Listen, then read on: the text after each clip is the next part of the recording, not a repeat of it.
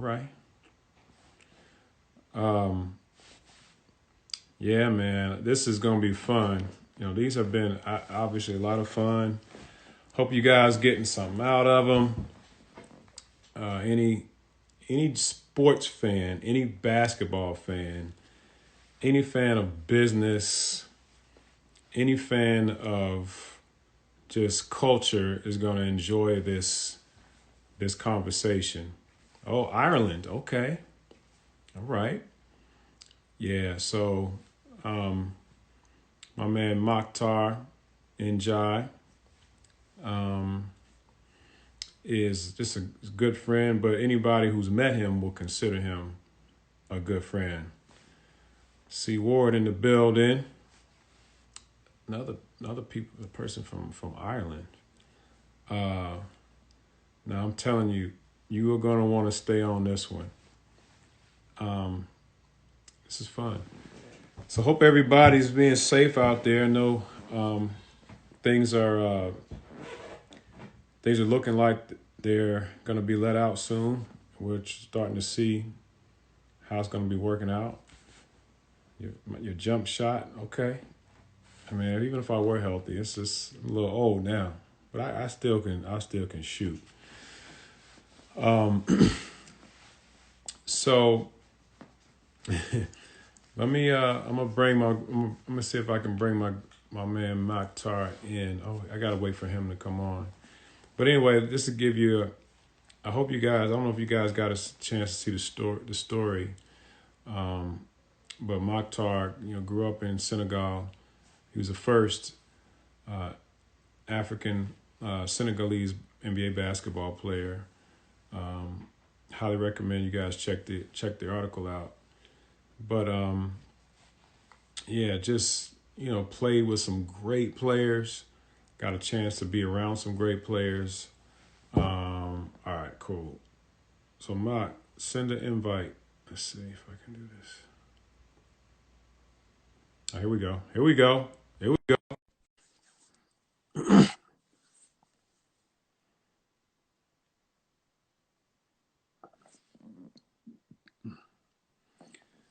Um, there he I is. There he is. What's up, my brother? have to put out my new gear, man. Just I know. I know. Now you know the first question I'm gonna ask. I want to know what you got on on your feet right now. oh man, let's not get there. I'm Oh barefoot man, in the house. I'm barefooted. you barefoot? Yeah, I am too. I'm barefoot too. Hey, yeah. So I got some people already. Like, hey man, let's get this started. I'm trying to give a little intro. Try to But how you doing? First of all, man, how's the crew doing? Family good? Blessed, man. Family's good. Just being able to say that we're healthy, staying in. It's just Yeah, a blessing. I mean, yeah, yeah. That's feeling all I can do. safe, man. Man, but that's been your approach. That's been your attitude the whole time, man. I knew you would say that. I knew you would say that. So how's it been with the kids, man? Have they been enjoying this time, just having you here? Because I know you're on the road a lot. The crazy thing is, I was just telling my son this morning. I'm like, I missed one thing. He said, "Dad, what is it?" I'm like, just going to the airport. Yeah, I just yeah, miss going to the airport. I don't care about flying. Just go to the airport and have a coffee at Starbucks and just come back. yeah, And it's yeah, just because we ain't get used to being at home and all, and doing all those things. But it's a yeah, blessing to get the chance to know your kids, know your family, know all the stuff. Spending more time on the phone talking to people. So it's definitely a blessing. Definitely. yeah. So your boy G Yang just gave you a little shout out, the legend. See, I'm telling you, that's what this is about, man. That's God. Hey, About time. yeah, man, that's what's up, man. But man, I guess a lot of people don't really see the global impact of our game.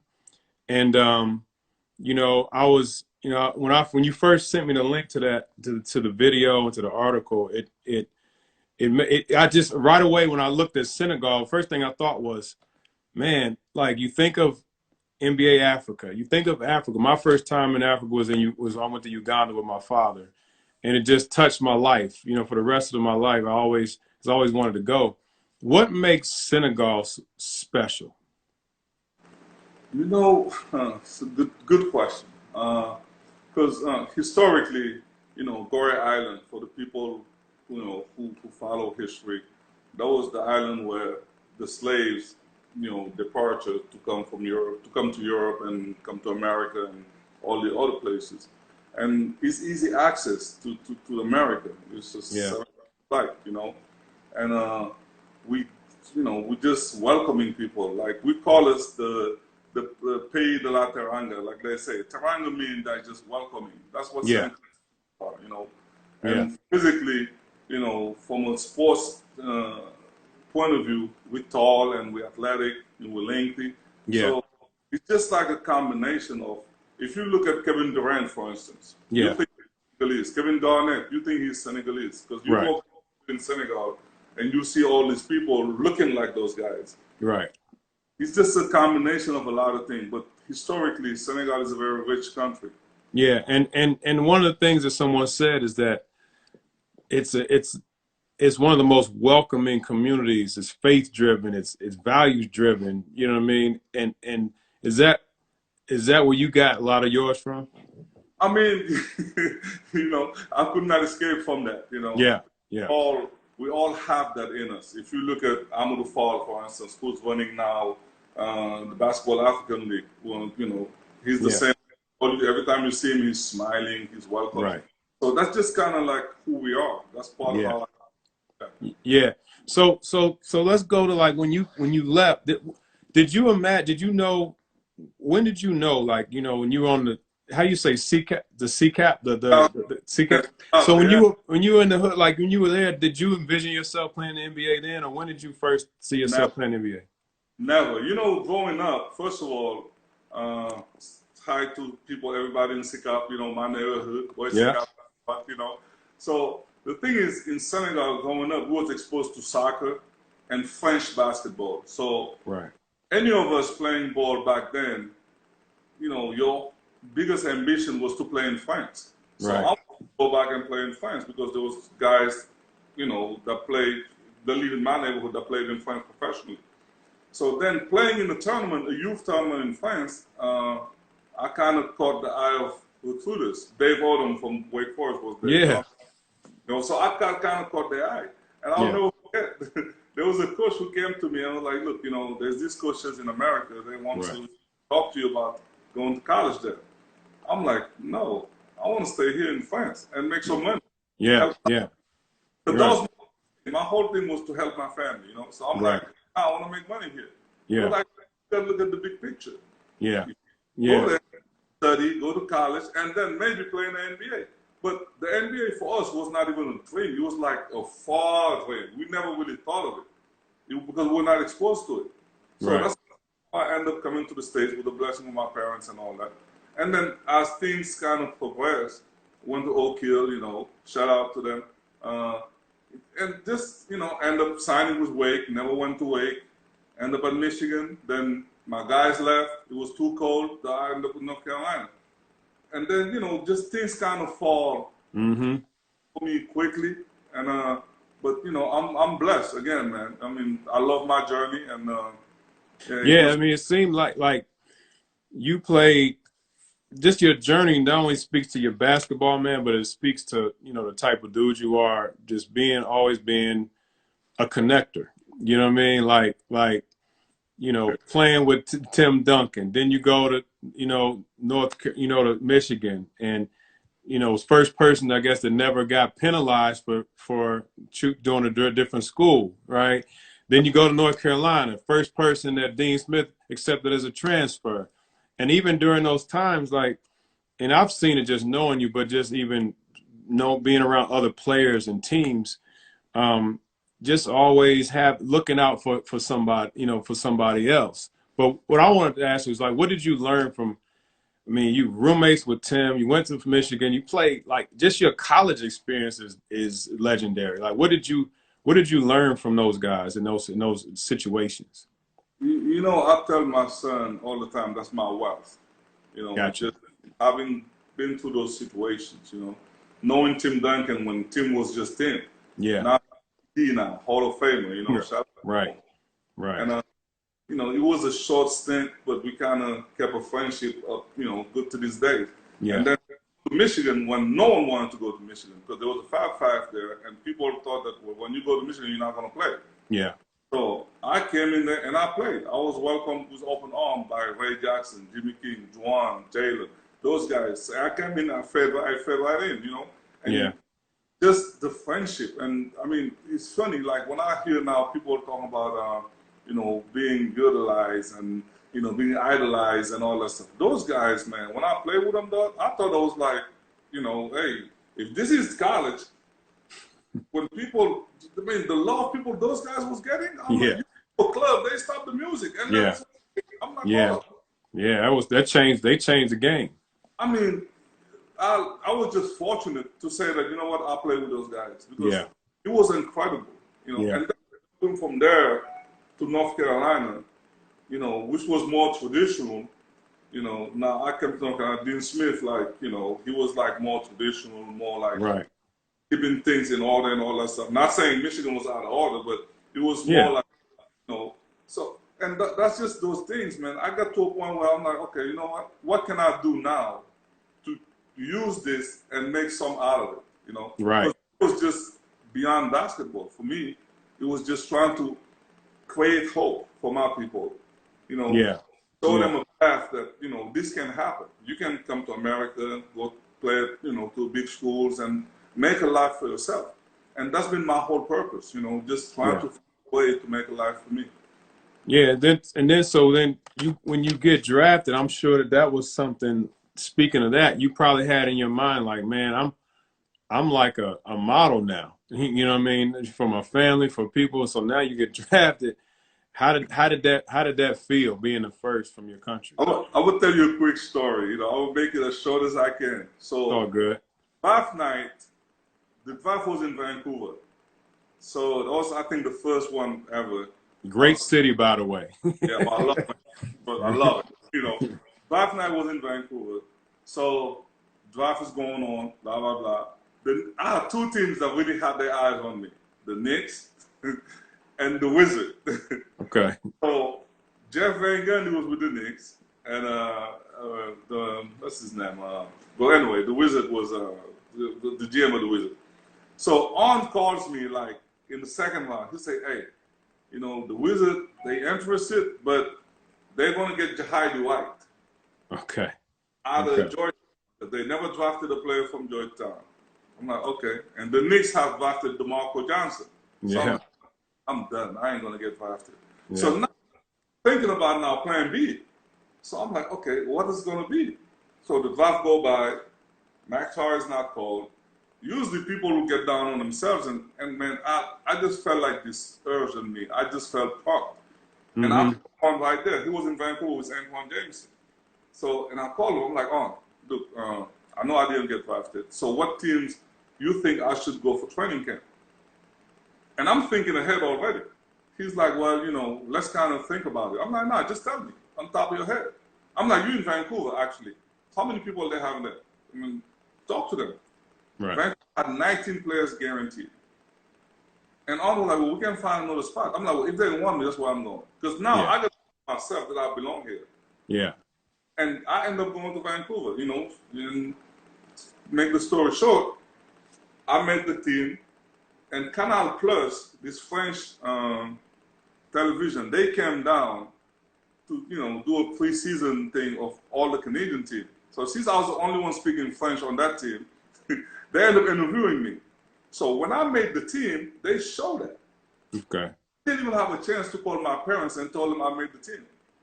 Like, by watching that clip on TV. So I'm, you know, can you imagine my mom calling me now in the back? What have you done? They're showing you on TV here. I don't know what's going on. I can't. I'm like, look, I made the team, you know. And that was kind of like the biggest joy I ever had because I knew how happy she was for me to just make that team.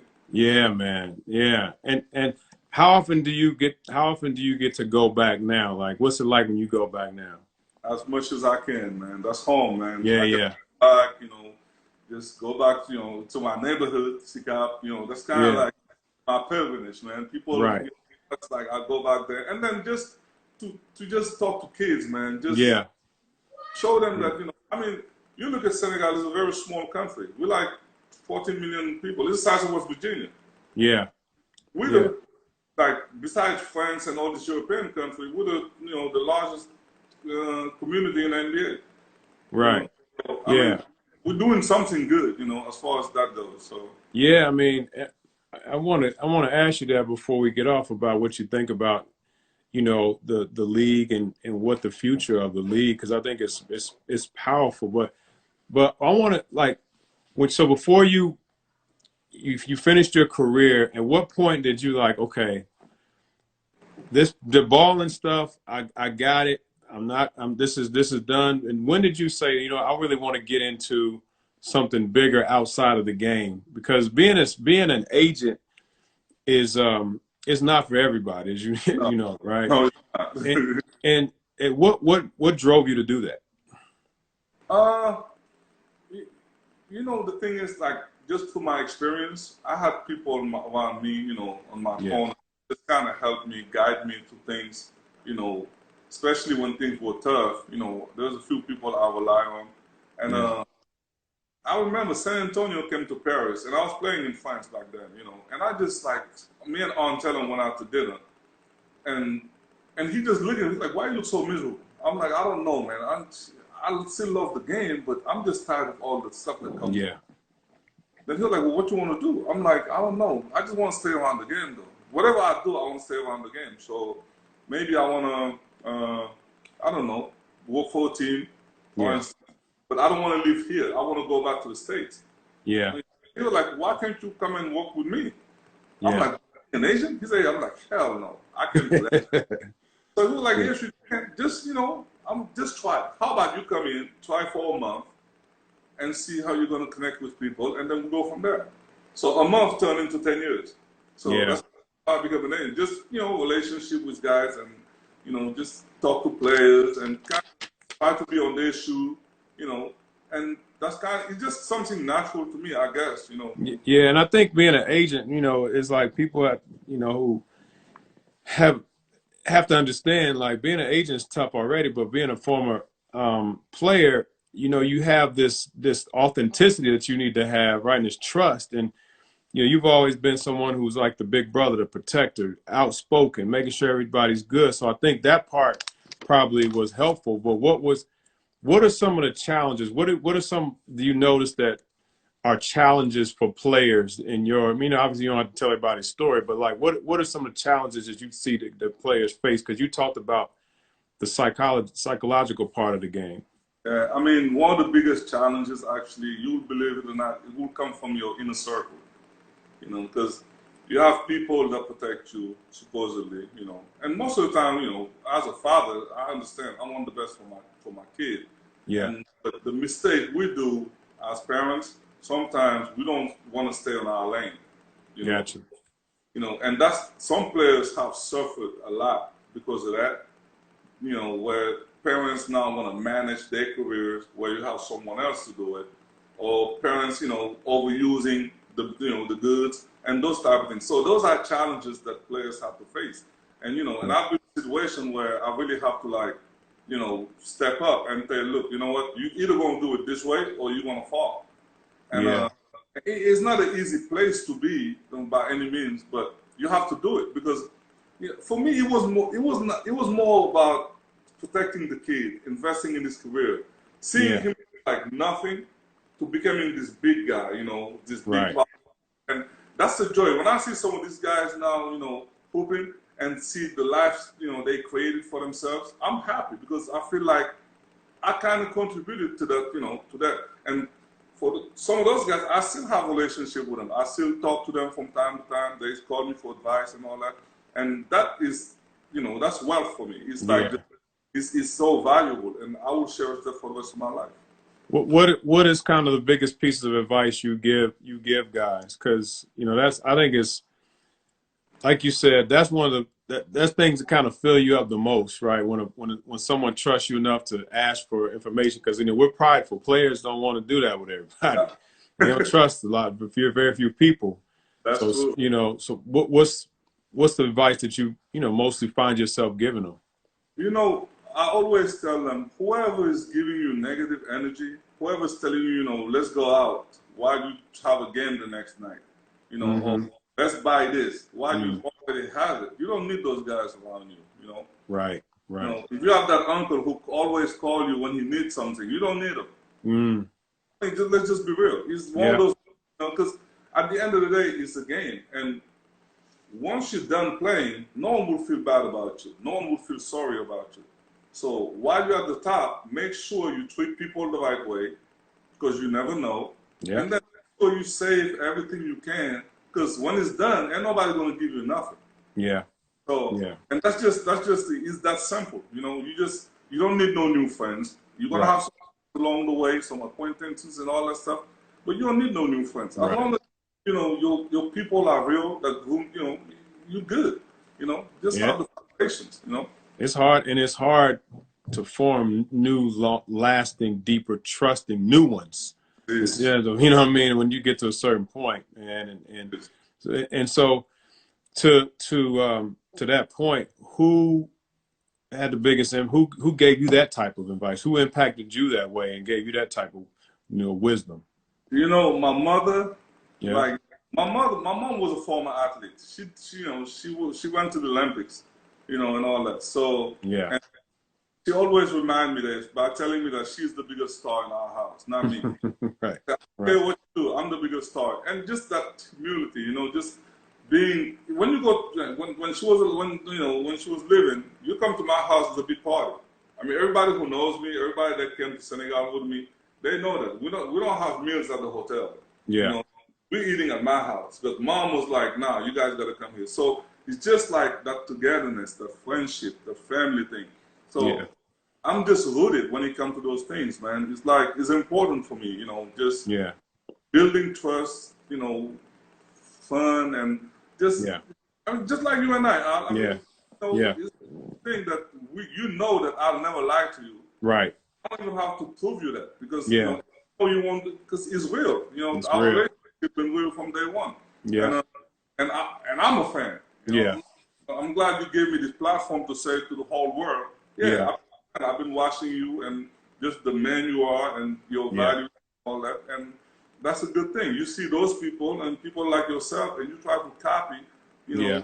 from them, Yeah. So, No, and that's big, because it's like we hear a lot of people will say they're really pulling for somebody, really want somebody to be successful, but deep down you never know if it's real, right? And I tell everybody, this guy right here, when he wants something for you, he really wants it for you. Because I'm gonna tell you why. Because if you're not doing it, if you don't agree with it, he'll let you know that too. And it's so rare to find that, and that's the thing it's just what we all need. Like, we all need that, and it's getting harder and harder to find that, because everybody's trying to please people. They're trying to get the likes and get all that.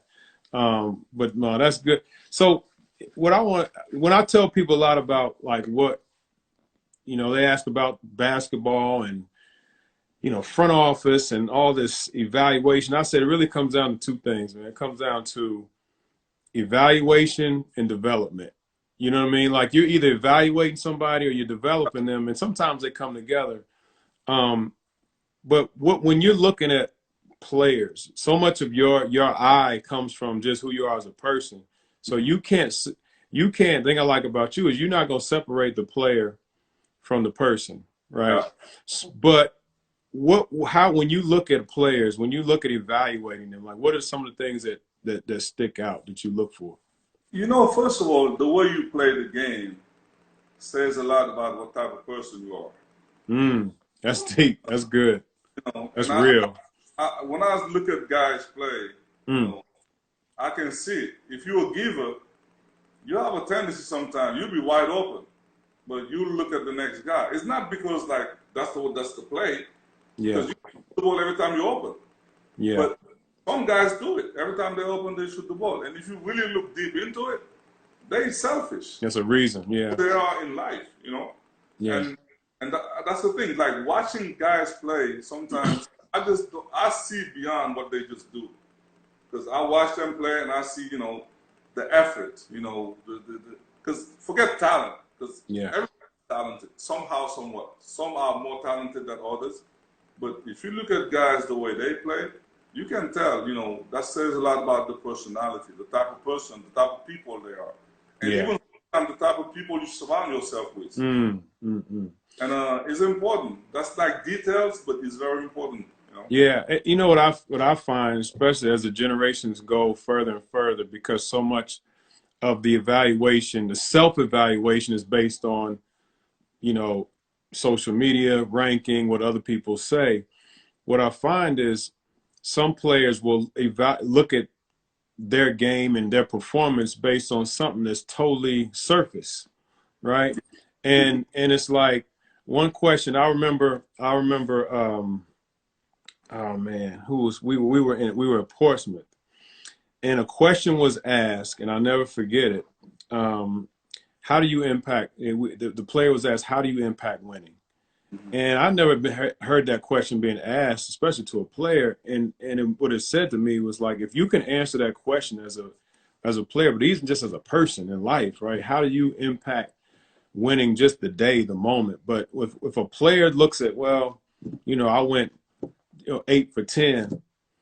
Well, then that's a good game. There's so many other layers, to the game than just you shot the ball well. Did you make somebody else better in the last 4 minutes? Did you do the little things? So, I think that's a huge part of what I think we do is learning and understanding, and then helping the other players understand that.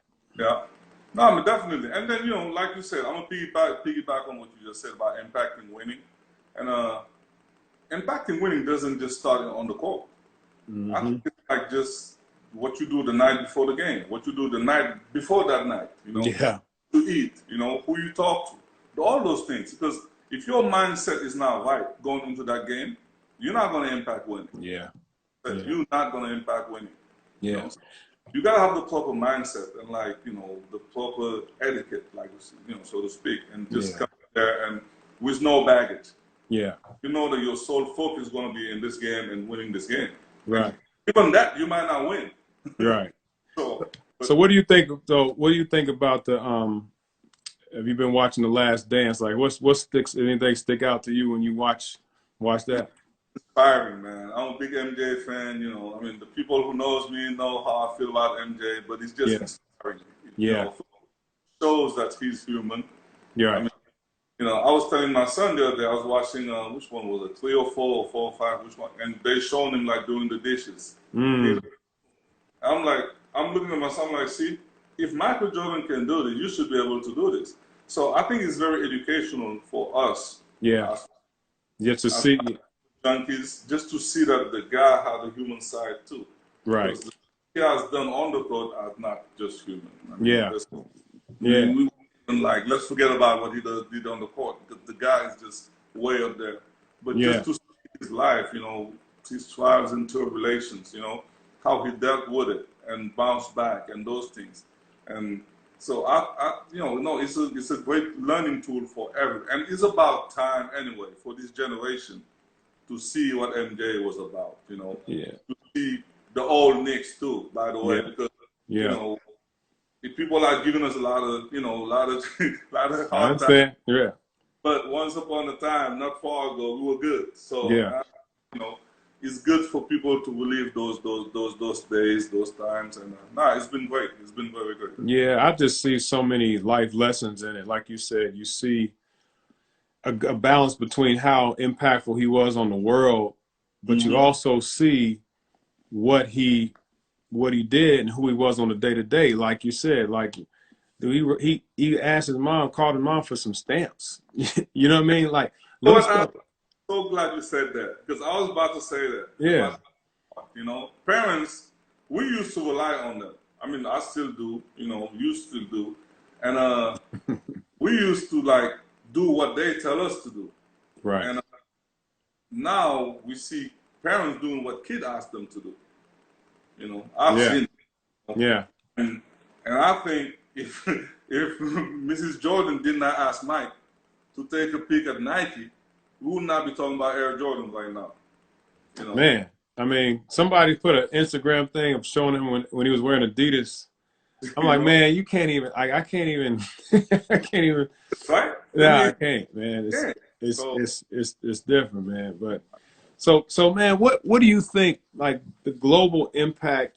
So back to like the Africa, what has that meant to you and the league starting? What do you think this is going to mean for the future of basketball? man, you know what? This is another tool, another platform, another way to develop African youth, Yeah, another, another way to make our voice be heard. You know, yeah, uh, I think Africa has been that continent when people would just come and take and just, we all been a product of that. Never been right, able to just play at home, and right. now it's there. We have like people that set up academies, Seed Academy. Shout out to you guys in Senegal. That's right. Matter of fact, Allan, they send you an invite. They want you to come visit. Listen, man, look, I texted you. If you all know, I texted Mac a couple days ago. We got to bring FISLL to Africa. I'm telling you, man, we got to We got bring it to Africa. Yeah, and I'm Seed coming. now expanding in Ghana, Nigeria, and all that. So, big shout out to Amadou Fall and Joe Lopez, who's running that academy. But Yeah, like the game, good. You yeah, know, because of the game, we've been able to have those things. yeah, yeah, We kids now, lawyers, doctors. yeah. Somebody. I'm reading a question, and he said you mentioned with the growth of international. Hold on, let me pull this up. I don't even know how to read the whole question. Oh, what sets NBA Africa apart when you look at the growth, of the international leagues? Like what would you say is it could be a differentiator, in the global scheme of things, how Africa could really separate itself? Well, I mean, you look at just Africa is the biggest continent in the world. So just from that aspect, we'll have more players. Yeah, You have yeah, more. You look at in every league in the world, there's African players. You go to Australia, yeah, South Sudan is playing in there. You yeah, know, you go to Europe. I mean, France, Spain, Italy is all. So I think now the NBA being in Africa will give us a platform for those kids to be back home, to come back home, like the third, fourth generation of kid, like my kid who was born in France.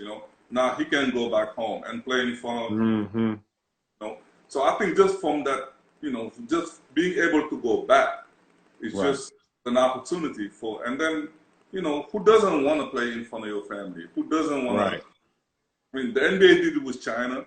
We saw, it was economically, it was a great tool. They went there, but Africa's next. yeah, Because if you look at the world, every continent has been exploited and, gone. Now Africa's next. yeah, We It's like the untamed continent because we got gold, iron, diamond, and all that. So investors, they've been going. Now they're going to keep on coming now and invest in the game. And that will mhm, give the world another way to just have fun, using yeah, that. yeah. You One know, one one of the things, Mike, that was introduced or kind of stated in that video was how what's the island that you said is right off the coast where the Island. so how many when you talk to it was made the point was made that with the NBA and basketball being or the NBA particularly being mostly African American or black, how many guys really see and view the connection to Africa seriously? If that makes sense. You know what I mean? They don't. They don't. If you look at LeBron James School in Ohio, it's built just like the House of Slave in Gordon. Mm, I mean, whoever's watching this, you have some time, go look at the two pictures. It's exactly the same thing, the same format. interesting. Me, it's a connection. I'm not Right. sure if it was done purposely or not, but it's a deep connection. Yeah. So, and I think we all need to take that trip, go back and learn about, just where we come from. Yeah. And I think it's just, if anything, just for that. Yeah. Well, our boy Mike Dean, he was just like he picked up on that. He's like, how do we use this platform to connect? And look, when you think about faith, you think about the idea of faith of what Africans and African Americans actually had to have had even to get to this point. The faith you had to have, you know, to leave and to be and to stay and to believe in yourself. Mm-hmm. You know, and just you can go down the line of these basic fundamentals. And you know, I think so much of it when I think about faith, I think about identity. Yeah. Knowing who you are, trusting who you are, believing in who you are, believing in your purpose. And that's exactly, you know, what I think, you know, we really could shed more light on. We have to, you know, we have to. But man, what do you feel, you know, is oh, one thing I wanted to ask you too is about the whole the operations of the G League, opening the game up, opening the doors up to some of these, you know, young athletes now. You know, what is your take on the future of amateur sports? Because you've seen it from the full gamut. Hey, hallelujah. Right. Yeah. Right. About time. You know, Yeah. if you look at the way the sport is, in baseball, for instance, Yeah. you 14, 15 years old, if you can't hit the ball, you can't get paid. There is no restriction to it. They send you to the minors somewhere, but they still want to pay you. You sign a signing bonus and stuff. Yeah. So, Europe, I'm going to take a guy like Danilo Gallinari. Yeah. You know, he was playing close at age 16. He was getting paid. So now, how come Danilo was able to do it and then come to the NBA afterward, but Brendan Jennings could not do it? He had to go overseas and do it. Why? Because the NCAA decided that, you know what, hey, it's amateur sport. You know, I understand all that. Yeah. But the president of NCAA is making millions and millions of dollars every year. Yeah. Yeah. In the back of those amateurs, you know, saying amateur sports. So right. When is the fairness here? I mean, at some point, we got to figure out, you know, Jalen Green, more power to you, kid. You know, he's a basketball player and all that, but he's a trendsetter, you know. Yeah. Williams, Serena Williams, like my man G just put it down in soccer, tennis, and golf. Yeah, they all do that. How come basketball was not able to do it? Yeah. You know? Yeah. That's a great thing. Hallelujah. And then it allows the best second tier players to stay home. Right. And I think eventually, I hope, see, I think in an ideal situation, I don't know what you might, but like a college player, if you're going to go, all right, do it like baseball, stay for 2 years. But if you don't have to go, then make your money. You know what I mean? Because it's only going to be a few people. That's always the case. It's not going to be for everybody. It's only going to be so many going to be able to do it anyway. Yeah. And, you know, I'm not trying to, like, you know, tell everybody don't go to school because, I mean, you know, we all want to be educated. If you don't have it here, you don't have it anywhere. Right. So, but if you're talented, God gave you the talent to do something and you're very good at it, I mean, you got to utilize it. Because if you don't, guess what? You're going to miss out on that boat. That's it. Someone who's, you know, I mean, be productive. Go make that money, invest it, take care of your family, and go to school while you do that, you know? Yeah. Mike talking about the HBCU. I'm not mad at it, man. I mean, at the end of the day, you know, the cool thing about the whole rule is if a young athlete now can own his own likeness, right? So now if you own your own likeness, you have the wherewithal and the circle and the support and business acumen to do that efficiently and effectively, then guess what? Some of those students, even at the HBCUs, you know, own their own likeness and figure something out. You know what I mean? But I think it's just time. You know, it's time for it. It is time, man. I mean, we wasted. I mean, you and I both played college, you know, highest level and ever. And we, like Allan, you cannot even take your jersey right now and put it in your restaurant if you open one, and you know, unless they allow you to do it. Yeah. That's your. How much money go to University of Tennessee? You know. Yeah. Yeah. You know, they're gonna retire your jersey, make a big ceremony, big deal, great, because you earn it. It's nothing to give you. You know what I'm saying? Yeah. So, they give you a scholarship. No, you ain't give me a scholarship. I earn it. Right. Why you give it to me? You just don't give it to just anybody on those tweets, you know? Right. That's what I'm saying. It's for those people who can have that gift and have that ability. Then you know they have to have the opportunity, you know, to go with it, man. But But yeah, man. Look, Mac, this is awesome, dude, man. I appreciate you, man. Man, I And can't wait till we get back on. You know, it's funny when you say I can't wait to get on a plane again, but I'm feeling that. Dang, man. You know, I want to be home. I want to be here, but there is something about having, you know, that quiet time and being around people, learning, connecting with people. You know, sharing these thoughts. You know what I mean? So it might. Mike gonna be Mike Ding about has Mike come over there yet with you? Nah, not yet. He's another one. Yeah, we got to get over there, man. Hey, man. Yeah, but C Ward had a good one too. He said we gotta improve. We gotta improve. We need mentors, you know, and I think a lot of this is, you know, you spoke, I think, in a lot about mentors and people who mentored you, because when you've been poured into like that, when you've been mentored and poured into and led, then guess what? That's what's gonna come out. You're gonna want to pass that, spill that over into somebody else. And I think that's a great point. You know, see that we got to be really training and highlighting real strong mentors. No, we have to, man. That's just what we need to do. Like, give back. When people say giving back, it's not about money. Right. It's Exactly. giving, show them the way to become better man. You know what I'm saying? Don't give me fish every day. Show me how to fish. So that's what it come down to. You know, I mean, we both, you know, kind of wave to the, you know, I mean, swim with sharks and did all that stuff, survive and all that. But now it's time to kind of give it to the next generation. It is. We all have something to offer. Everybody on this panel, everybody's watching this, have something to offer. Yeah, you know, that's true. Just give it up, man. Give something, man. Like you said, it's a good analogy of teaching me how to fish, because we're in this place now where the fishing poles, the boats, all those gonna be different. So we got to make an adjust to how to teach somebody to fish in this new territory, you know. And so that's big, man. But I appreciate you, dude. Appreciate you, boy. Hey, man, appreciate the talk. Shout out to everybody in Senegal watching, Sid and all that. You know, love you guys, and seek out forever. Thanks, Al. No doubt, brother. By the way, man, I'm FISLL all day. That's it. Let's do it. Oh, I forgot to ask you, man. We got to finish with this one last thing. So, you know, the faith. Now, I'm gonna end with this story, but I need you to tell me what your FISLL, which one of yours or any of them.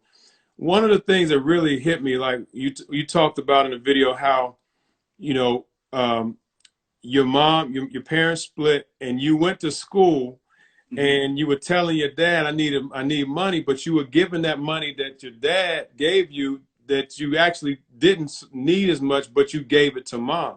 So when I was thinking about that, I'm like, well, there's like an intersection between integrity and sacrifice right there. You know what I mean? And so, you know, which one of the 5 fundamentals of faith, integrity, sacrifice, leadership, legacy kind of stick out in your journey? I think they all connected. To be honest, it's not like one without the other. You know what I'm saying? So you say integrity, okay, you know, do I feel bad from taking the money from my dad and give it to my mom? Not really, because he was supposed to pay for me to go to school anyway. So I was good enough to get a scholarship, so that money belonged to me anyway. Right. You know, so I took it. Yeah. I'm looking at mom, her struggles, you know, sacrifices, the stuff she's doing just to make us be in a good situation. I'm like, you know what? I'm already good with what I have. Let me just make sure my sisters are good. Yeah. So there you go. And I felt good doing it.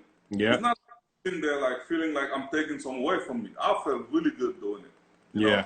So I think they're all connected, man. And being different, you know, my parents, my dad is Muslim, my mom was Christian, you know, so I was in the, you know, in between. And that shows for this today, you know? Yeah, man. Whatever you do, whatever God you believe, whatever, at the end of the day, those 5 things you just named, if you don't have them, you don't have anything. That's good. That's good. Hey, man, I appreciate you, man. I can't wait till we get back and have these conversations in person. You know. All right, brother. Hey, what's up to the family, man? You too, bro. All right, talk to you later. Appreciate it. Yeah. Be blessed.